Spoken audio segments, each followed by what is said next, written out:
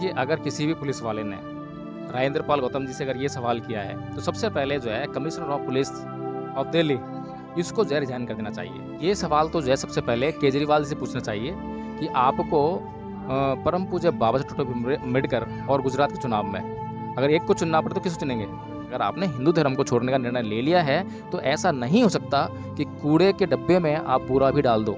अगर कूड़े के डब्बे में आपने बूरा डाल दिया तो पूरा खराब हो जाएगा। फिर ये अरविंद केजरीवाल जी जो हैं किस माइंडसेट के व्यक्ति हैं? ये मतलब सही को सही नहीं कह सकते हैं, गलत को गलत नहीं कह सकते हैं, सही के साथ में खड़ा नहीं हो सकते हैं, और सही के साथ में अगर कुछ मतलब इनका जाता है तो उसके लिए तैयार नहीं है। ये आखिर किस तरह के ईमानदार व्यक्ति हैं?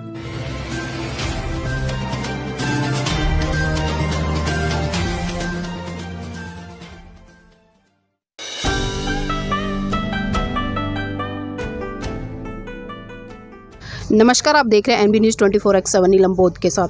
साथियों, जिस तरह से आप लगातार देख रहे हैं कि 5 तारीख के बाद में जिस तरह से अंबेडकर भवन में 22 प्रतिज्ञा ली गई और 22 प्रतिज्ञाओं के साथ में जिस तरह से दिल्ली के समाज कल्याण मंत्री है राजेंद्र पाल गौतम जी, उनको ट्रोल किया जा रहा है। और इतना ही नहीं, लगातार बीजेपी की बात करूँ या मैं जितने भी हिंदू संगठन है लगातार उनको डेट करते हुए उन पर निशाना साध रहे हैं। लेकिन सबसे बड़ी बात यह है कि जो आम आदमी पार्टी के मुखिया हैं अरविंद केजरीवाल जी, अब तक उनसे किसी ने भी एक सवाल नहीं किया है।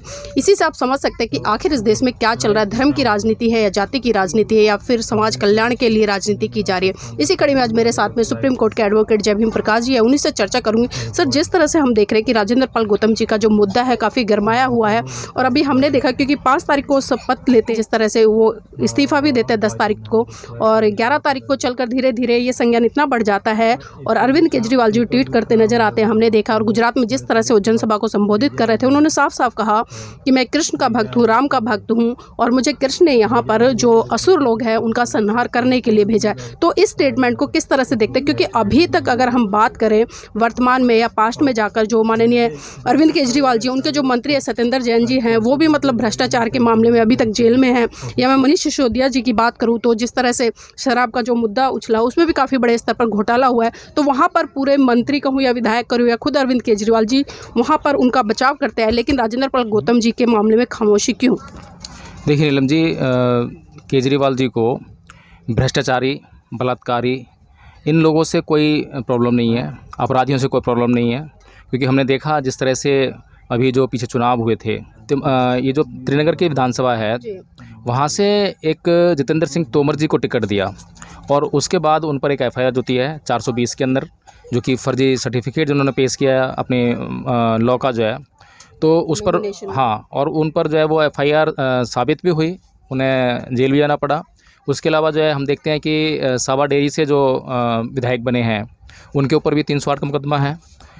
और मतलब कुल मिलाकर यह है कि अब केजरीवाल जी को इन लोगों से कोई समस्या नहीं है। समस्या है तो ये है कि इस देश में, इस देश के हित की बात जो करता है, सच्ची जो बात करता है, उससे समस्या है। अगर कोई व्यक्ति इस देश के हित में बात करता है, देश के हित में सच्ची बात करता है, लेकिन वो इस देश के किसी व्यक्ति को पसंद नहीं है या बहुसंख्यक लोगों को पसंद नहीं है या उनको समझ में नहीं आती है, तो बजाय उनको समझाने के अरविंद केजरीवाल जी उस बात को करना ही पसंद नहीं करते हैं।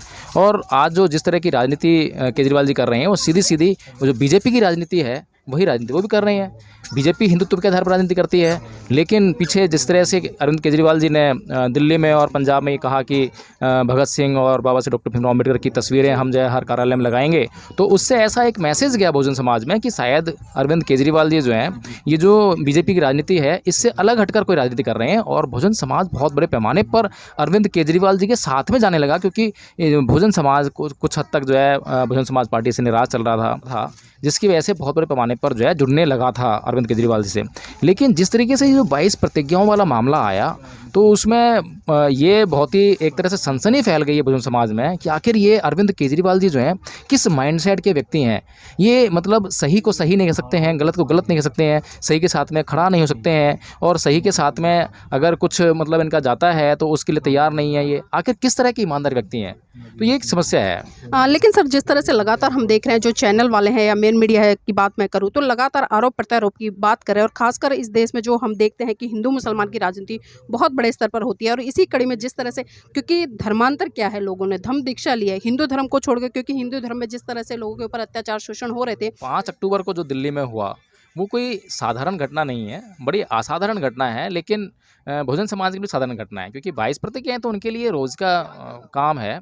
और जब भी कोई व्यक्ति बौद्ध धर्म को स्वीकार करता है, कोई भी हिंदू व्यक्ति हिंदू धर्म को छोड़कर बौद्ध धर्म को स्वीकार करता है, बाबा साहब डॉक्टर भीमराव अम्बेडकर के जो दिखाए गए मार्ग के अनुसार उसको फॉलो करता है। वैसे तो बौद्ध धर्म जो है कोई भी स्वीकार कर सकता है, अगर इस देश में अम्बेडकर के दिखाए हुए मार्ग के अलावा और किसी अन्य तरीके से अगर कोई बौद्ध बनता है तो उसको 22 प्रतिज्ञा की जरूरत नहीं पड़ती है। लेकिन बाबा साहब डॉक्टर भीमराव अम्बेडकर ने जो है अपने लोगों को साफ साफ स्पष्ट तौर पर यह संदेश दिया था, वहाँ पर हिंदुओं के देवी देवताओं या ईश्वर का अपमान करने का कोई उनका जो इरादा नहीं था, बल्कि उनको जो है अपने लोगों को ये समझाना था कि भाई अगर आपने ये निर्णय ले लिया है, अगर आपने हिंदू धर्म को छोड़ने का निर्णय ले लिया है, तो ऐसा नहीं हो सकता कि कूड़े के डब्बे में आप बूरा भी डाल दो। अगर कूड़े के डब्बे में आपने बूरा डाल दिया तो बूरा ख़राब हो जाएगा।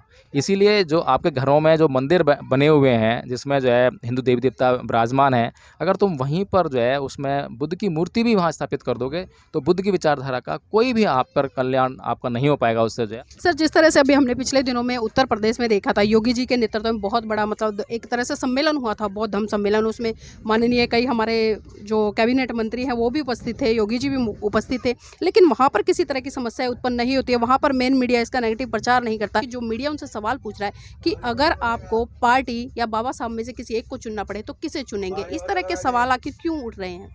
देखिए, ये सवाल तो जो है सबसे पहले केजरीवाल से पूछना चाहिए कि आपको परम पूज्य बाबा साहब डॉक्टर भीमराव अम्बेडकर और गुजरात के चुनाव में अगर एक को चुनना पड़े तो किसे चुनेंगे?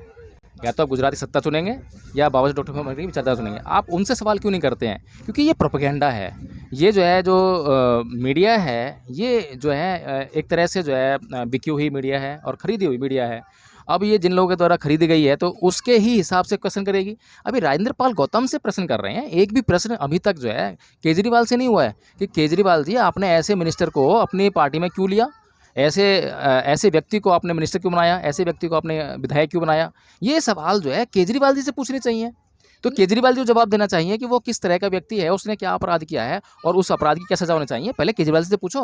सर, जिस तरह से हम लगातार देख रहे हैं कि जो पुलिस पक्ष है वो भी लगातार अपनी तरफ से क्वेश्चन पुट कर रहा है, और आज जिस तरह से इन्वेस्टिगेशन भी हुई है, कल भी हमने देखा कि जांच पड़ताल हो रही थी। जो पहाड़गंज का थाना है वहाँ पर राजेंद्र पाल गौतम जी अभी बैठे हैं अभी इस समय, और वहाँ पर भी पुलिस से पूछताछ चल रही है और पुलिस इस तरह के क्वेश्चन कर रही है, क्या आपने वहाँ पर 22 प्रतिज्ञाएं ली थी। एक बहुत बड़ा सवाल सर मेरे मन में आ रहा है, मैं चर्चा करना चाहूँगी आपके साथ में, कि दिल्ली में 10,000 लोग मतलब धम्म दीक्षा लेते हैं और जो पुलिस है उसको नहीं पता। कि अगर किसी भी पुलिस वाले ने राजेंद्र पाल गौतम जी से अगर ये सवाल किया है तो सबसे पहले जो है commissioner of police of Delhi इसको जो है रिजाइन कर देना चाहिए, क्योंकि उसकी नाक के नीचे जो है 10,000 लोग इकट्ठा होते हैं और वो 10,000 लोग इकट्ठा ऐसे नहीं हो गए हैं। महीनों पहले उसका प्रचार चल रहा है, सोशल मीडिया पे खूब प्रचार चल रहा है कि यहाँ पर धम्म दीक्षा होने वाली है, धम्म दीक्षा होने वाली है। और आपके पुलिस वाले क्या वहाँ नहीं थे क्या राजेंद्र पाल गौतम जी जो मंत्री हैं वे वहाँ पर मौजूद हैं और विधायक भी मौजूद हैं वहाँ पर जो है, तो आपकी पुलिस वहाँ पे बिल्कुल मौजूद नहीं है। आपकी पुलिस ने कोई इन्फॉर्मेशन नहीं दी आपको जो है कि क्या चल रहा है। तो सबसे पहले तो कमिश्नर ऑफ पुलिस को जो है इससे जो है रिजाइन कर देना चाहिए। और अगर कोई ऐसी घृणात्मक बातें हुई हैं, सबसे बड़ी इम्पोर्टेंट बात यही है नीलम जी कि ये लोग जो है अगर धर्मांतरण कर रहे हैं तो धर्मांतरण करने की जो प्रक्रिया है वो किस प्रकार की है, शांतिपूर्वक है या बहुत ज़्यादा जैसे ना एग्रेसिव होती है, घृणात्मक होती है, घृणा और द्वेष फैलाने वाली होती है, क्या वैसी प्रक्रिया तो नहीं है। जिस बड़ा तरह से हम अंतर है। देख रहे थे 5 तारीख को एक कार्यक्रम हुआ और हमने सीधे सीधे मंच से देखा कि जिस तरह से मतलब वहाँ पर प्रतिज्ञा ली, जो 22 प्रतिज्ञाएं थी, तो हम एक चर्चा कर रहे थे कि इन प्रतिज्ञाओं के बाद में हो सकता है बहुत बड़ा विवाद हो और राजेंद्र पाल गौतम जी पे पार्टी की तरफ से या जो दबाव बनाया जाए, जो संगठन है हिंदू संगठन, उनकी तरफ से कुछ ऐसी कार्रवाई, और वो बात बिल्कुल सत्य हुई। उसके बाद फिर हमने एक चर्चा की, हो सकता है कि राजेंद्र पाल गौतम जी को इस्तीफा देना पड़े। वो बात भी कहीं ना कहीं हमारी सत्य निकली कि उनको इस्तीफा देना पड़ा।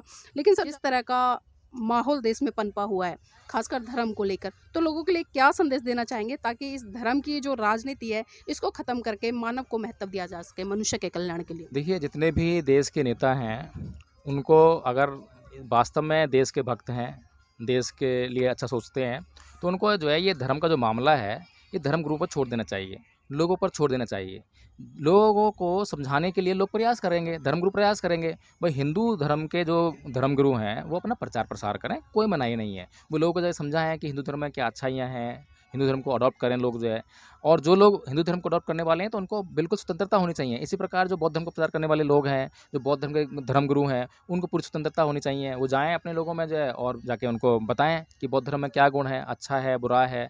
अगर लोग जो है बौद्ध धर्म की तरफ आकर्षित होते हैं, उनको पूरी स्वतंत्रता होनी चाहिए अपनाने के लिए। इस तरह का माहौल जो है संविधान के माध्यम से इस देश के लोगों को मिला है और उसकी इज़्ज़त जो है इन लोगों को करनी चाहिए। और जो राजनीति का जो मूल जो विषय होता है, वो होता है देश के लोगों की ज़रूरतों को पूरा करना। हिंदू, मुसलमान ये जो मुद्दे हैं, इसमें लोगों को जो है आपस में द्वेष लाते हैं, फिर दंगे भी कराते हैं। फिर इस बात पे वोट माँगते हैं कि हिंदुत्व के आधार पे वो कोई वोट माँग रहा है, कोई मुस्लिम के आधार पे वोट माँग रहा है, कोई बौद्ध होने के आधार पे वोट माँग रहा है। ये बहुत गंदी राजनीति है। इससे गंदी राजनीति नहीं हो सकती है। इसलिए इस देश के लोगों को भी सोचना चाहिए, जब वो वोट देने जाते हैं तो इस आधार पर कभी भी जाति, धर्म, भाषा के आधार पर कभी भी वोट ना करें। और इस देश के नेताओं को भी समझना चाहिए कि कभी भी जो है इन आधारों पर वोट कभी ना माँगें।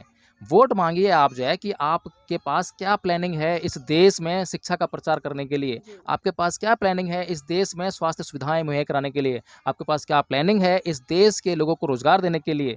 तो इन बातों पे अगर आप करते हैं तो वास्तव में आप देश के सच्चे भक्त हैं। और जिन 2 महान पुरुषों को केजरीवाल जी ने दिल्ली में और पंजाब के हर एक ऑफिस में तस्वीर लगाने की जो बात कही है, दोनों महान पुरुषों की जो विचारधारा एक है। दोनों भगत सिंह ने मात्र 23 साल की उम्र में मैं नास्तिक क्यों हूँ किताब लिखी, उसमें पूरा वर्णन दिया हुआ है कि मैं ईश्वर को क्यों नहीं मानना चाहता, मैं ईश्वर को क्यों नहीं मानता हूँ।